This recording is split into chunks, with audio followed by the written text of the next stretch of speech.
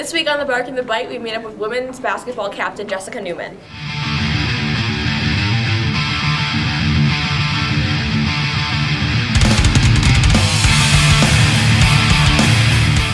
I'm Jessica Newman. I'm a guard on the women's basketball team. I'm a senior. I'm a teaching social studies secondary education major, and I'm from Barnum, Minnesota. So you're working on a degree in teaching social studies, and so I hear you're working on your student teaching portion of that program. So how do you kind of balance your schedule doing that and playing basketball here? So I'm at Lincoln Park Middle School, so I'm teaching 7th and 8th graders, which is interesting. But my CT, my cooperating teacher at Lincoln Park, is really good at letting me go for games and understanding that I need to take Thursday, Fridays off if we have away games and stuff like that. And then also my coaches are really flexible. We scheduled our practices from 4 to 6, so I can get here around 4:15, and then we have practice to fit around my schedule. And coaches dealt with other student teachers in the past, so it is a common theme that we've had to deal with in the spring semesters. So, I think it's just dealing with people, being flexible, and my teammates being super understanding of what I have to get done, and coming to practice and being extremely exhausted from teaching all day and still trying to be able to have enough brain power to get through a 2-hour practice. But yeah, my teammates are super supportive and helpful, and so are my coaches and the education department, so it's great. Awesome. And going along with kind of the teaching aspect, your team was recently announced they have the highest average GPA of all the athletic teams on campus. Yes. So how important is that to you and your whole team as far as academics and your schoolwork here goes? I think that all of us coming into college, we already have academics as a really high expectation for us, just from ourselves, and our coach really does emphasize that. We have weekly academic meetings, we have Jamar hours that we have to get in as freshmen, and then if we have a GPA lower than a certain score.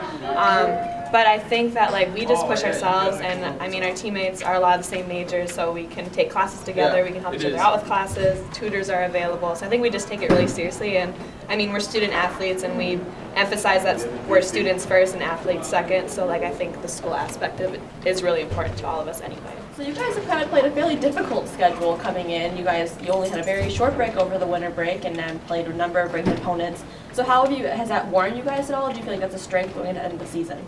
I think that all the teams in the conference are on the same platform. We've all played the same amount of games. We've all had that short amount of break.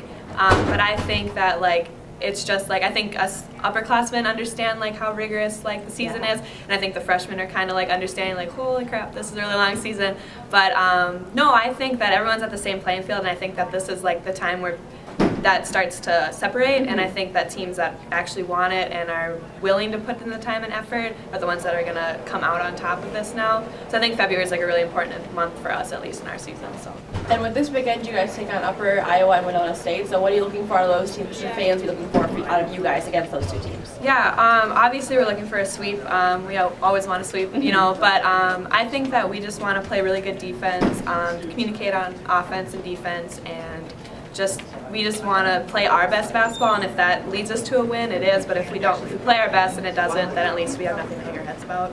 Absolutely. And then this weekend, too, as a part of the games, you guys have a couple of different charity events you're putting on during the games on Saturday. Mm-hmm. So what is that like for you guys, being able to contribute to the community and be a part of the Duluth community as a whole? I think it's great. I'm from Barnum, Minnesota, so Duluth is my second home up here, but I just love how we take emphasis, and I love how Coach Wells takes emphasis on community and involvement and volunteer work. We're doing our breast cancer awareness. This Saturday we're doing our Locks of Love. I donated my hair when I was a sophomore, and it was scary, but it was awesome. And just the community support, and how everyone, just 4 people from the stands were just yeah, I'll do it, and they just came down the floor and chopped their hair off. it's just I think that just that community support, knowing, there's people in the stands that know my parents and they're longtime supporters, and they know nothing about me, but they always say, hey, good game after the game, and it's just awesome that I love that we still have that community feel even if we're at a college level. Yeah, absolutely.